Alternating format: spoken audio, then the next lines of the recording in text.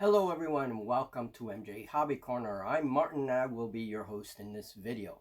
Now this will be the final video for 2024. By tomorrow, after midnight, we will be in 2025. So a very interesting and difficult year for us here at MJ Hobby Corner, with a lot of things going on, a lot of personal issues, and well, it is what it is, right? So I am glad to see 2024 go away. Let's see what 2025 brings. Now, before we go into the topic of this video, I have a whole presentation for you guys here. We're going to be talking about mesh armies, as mesh armies will be making a big comeback in 2025. But before I do that, I want to make a couple of announcements. First and foremost, on my Patreon, I will be opening 2 new tiers. One of them will be dedicated only to solo role-playing. And there will be a 3rd tier which will incorporate both material from the 1st tier, which is miniature wargaming, and some material from the 2nd tier, which will be role-playing. So it'll be a mix of the 2 things. All tiers get the magazine Scratch Builder Monthly, and there will be other digital perks that will come with joining the different tiers. And the names will be Lords of Fantasy for Tier 1, the Lore Masters for Tier 2, the RPG one, and then for Tier 3 will be the Demigods. So a little cheesy, I know, but hey, if you want to be a demigod or whatever, if you want to help support the channel, definitely look into our Patreon. Those tiers should be opening as soon as the new year rings in, and it definitely helps support the channel. Now, the other very important thing that I do have to announce is that Scratch Builder Monthly, for all of you who support Scratch Builder Monthly, this video is going to have a lot to do with that, because all my tutorials and all of my scratch building material goes into the magazine. So a lot of the mesh stuff that I'm showing here, a lot of it has already been described in past issues of the magazine. You can always tell by the pictures in front of the magazines which projects will be highlighted in the magazine. And there will be new issues dedicated to mesh army building. Okay. Now, the announcement is that I just opened up a Patreon shop. And this is a public shop. Patreon has been creating new things for their platform and giving creators a lot more freedom and flexibility to add to their Patreon tiers. And one of the things is you can make a shop, a store shop on your Patreon. Now, this is completely public. I could choose if only my Patreons can buy from this, or, you know, one tier or another tier, but I'm making it completely public, meaning that you can go there and purchase the magazine from Patreon. Now, why is this important? Well, turns out that, Wargames Vault, I've had no problem with them. They're very good. They provide good service, but they do have a 70% royalty that comes out of all of my sales. So if I sell a magazine for $3, I'm going to be making $2.10. Now, on Patreon, and I've made a couple of sales already, many thank you to those who have purchased. I make anywhere from $2.42 to $2.60. So I make a lot more revenue from Patreon sales than I would from Wargames Vault sales, okay? So I felt the need to inform my supporters, and I want to have this open. Now, if you prefer to buy from Wargames Vault, that's fine. I appreciate all of the support that the magazine has received these past few years. It really is doing well, and I'm hoping that it will continue to do well. Now, on my Patreon, I will also add other things. There are other publications like Wargame Narrative and other little things that will appear there as digital files that people can purchase if they're interested in. So that is the big announcement, and I really needed to include that because it's a very important part of what's coming in 2025. I do want to grow my Patreon community, and I will be working a lot with Patreon in 2025. And now that I shamelessly put forth all of that shenanigan, let's get to the topic of this video, which is mesh wars.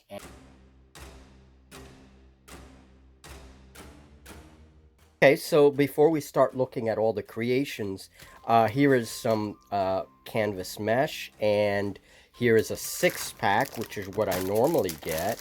And this is a little over $3 at Walmart. You get it in the sewing section of Walmart.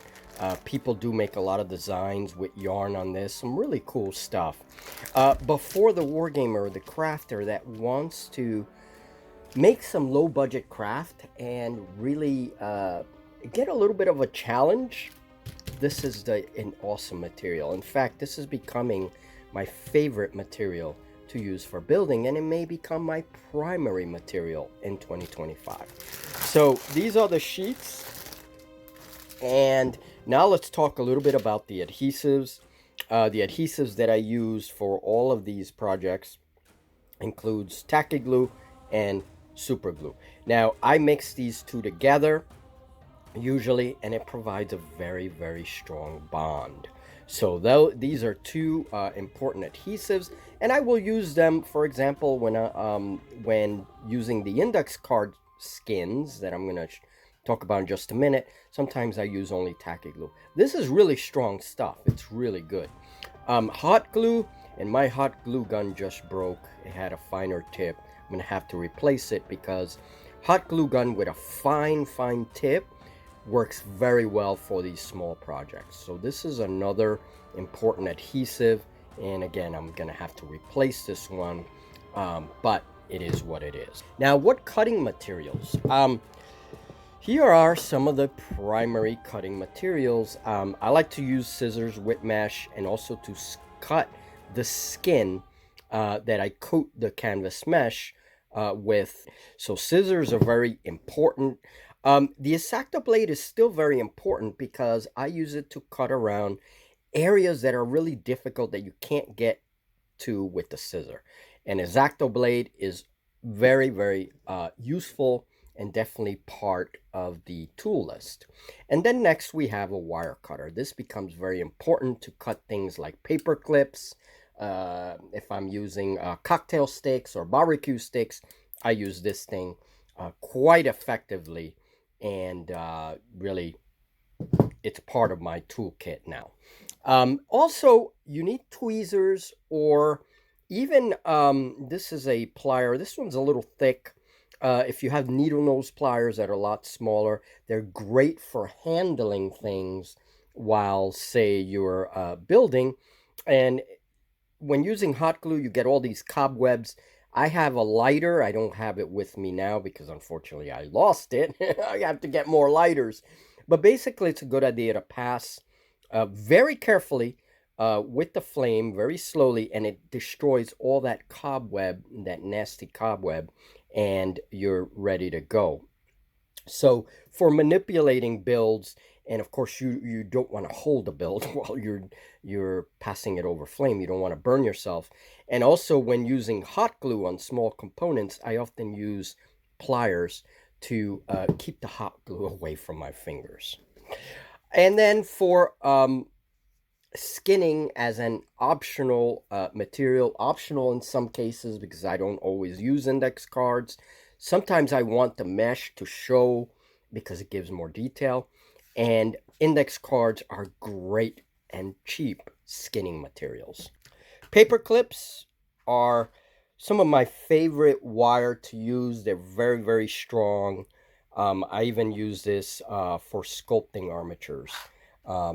It's very good material, very cheap. You can get boxes of that for under $1. So yeah, very good. Then we have these things. These become my primary material to use for tank wheels or wheels on vehicles. We're going to see them in just a minute. So this I bought last year. It's lasted me a very long time. And then beads are great. Glass seed beads are great for adding detail. I bought this last year and this thing is still full. I've used it a lot. You get a lot for your money. It's like $10.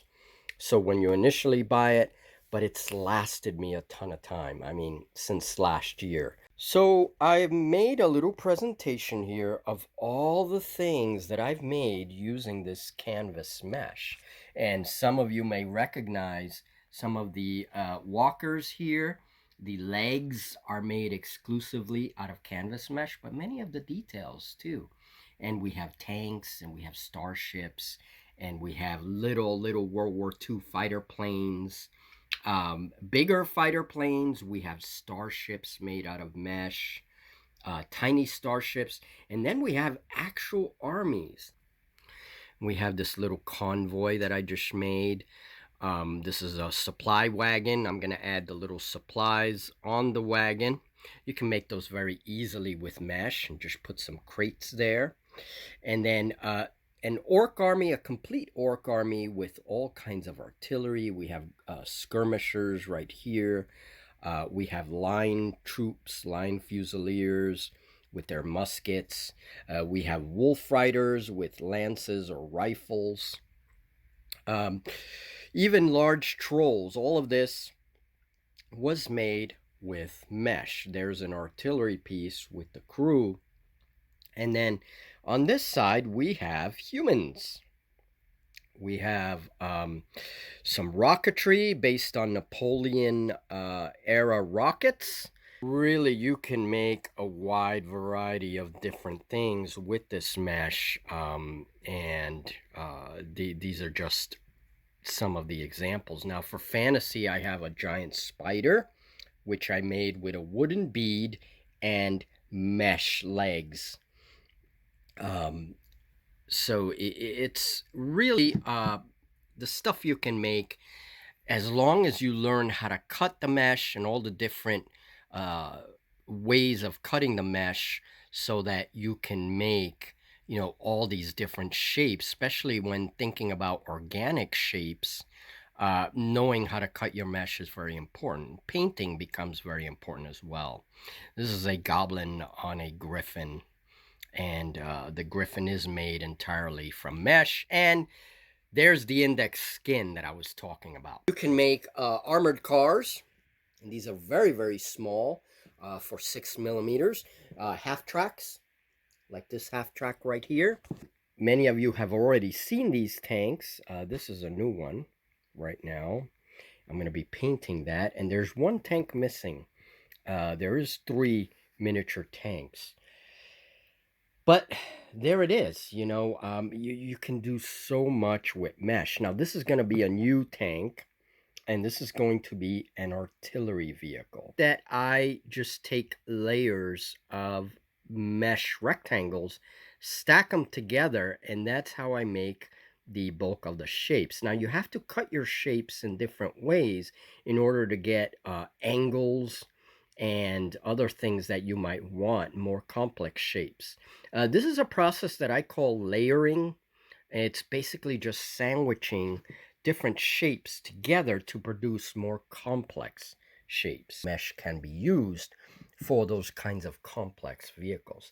Here is a tank in the making, and we can see a lot of the layering that takes place to make the different shapes. Starships are very possible, and there's an example of a mesh starship with index card skin, some kind of fighter or bomber. There are other materials like clothespins and things added to the mesh to build up the shapes. One of my favorite uses of mesh is the 6 millimeter mesh armies. I mean, there's really no beating it, the way they look and everything in line formation. I made up a way to make the firing line in the front and then the line in the rear with the muskets still on their shoulders. So really, mesh armies I mean, I made these in a short time, and I have quite a few of them. And the best thing is that they all fit in these containers once I'm done. And, I have like one container is a whole army. So I can make quite a few armies using these techniques. So these are the horses, and all it is really how you cut the mesh to get at the different shapes you want. And they're not perfect. I mean, they're never perfect, but they bring the point across. I mean, here are some let me just grab it by here. Here are some wolves and some goblin riflemen mounted on the wolves. So you can really like customize your figures. Here are some really large wolves. Um, and I haven't like finished these, but this uses hot glue in order to cut, and it uses hot glue for detail. We have a general here mounted on some kind of raptor, and I put the big hat on the general because that's very Napoleonic. Here's a Nordenschfeld gun for goblins. So it's an artillery piece. It's a Nordenschfeld artillery piece, and it's made with tiny little wires for the barrels of the gun. So that is a goblin artillery piece. But I also have like a goblin. There's a mortar, okay, with the little goblin crew. And you have the little riflemen, which are scattered about some rocks here with the flag. So these are little skirmish guys. They're made, this one was made for Infinite Dark, the game Infinite Dark. And they have there the little skin of index card. And it's it's made very simply. Yeah, they do have a little bit of banking motion to them. And again, this was built for Infinite Dark, the game Infinite Dark. So a big thing for the walker designs is the legs. And so that's something I'm working on extensively, like different ways of making legs for walkers. Here is this one. This one comes off. I haven't glued it yet. And so you can kind of see the construction. It's very simple construction, really. And then from there, I add whatever hull design I want to add. So this one's going to have an anti-aircraft unit on top of it. So there's a lot that this material is just really, really good. This material has really opened up a lot of construction possibilities for my builds. It's a very versatile material. Oh, and last but not least, I'm experimenting with Navy ships. Now, here is a sailing vessel. It's not finished, it's still very rough, but it is all mesh. Okay, so I have to finish it, add the sails. And the cool thing is that this is about 2 inches long. It's a much smaller scale than anything I used to build with other materials. So this is definitely a good way to go to build some really small ships for, a limited amount of space. So some tips, I guess, for building. This was not a how-to build video, really. I just wanted to show some things. And Scratch Builder in 2025 will have all the tutorials. One of the big things to learn to work with mesh is how to cut mesh, as you see. How to employ those basic stick figure concepts to the cuts. So if I want to make a centaur figure, well, I need to combine a humanoid figure with the horse figure that I've already made. So how do I do that? So learning how to cut mesh is very important to be able to combine shapes and also to produce shapes that give you roughly what you want to see, right? I think I'm going to separate the different themes. So 1 month we may work on, armor. 1 month we may work on walkers. We could work on more infantry pieces, and I'm thinking of creating more of a medieval fantasy army. I want 2 armies so that I can play with them. And yeah, so we'll be working on some fantasy based armies as well. Another tip is when you, before you even begin to build, you have an idea what kind of rules you want to use these things with. So for example, if you want to play Oathmark and you want to play 6mm and you want to start building up your collection,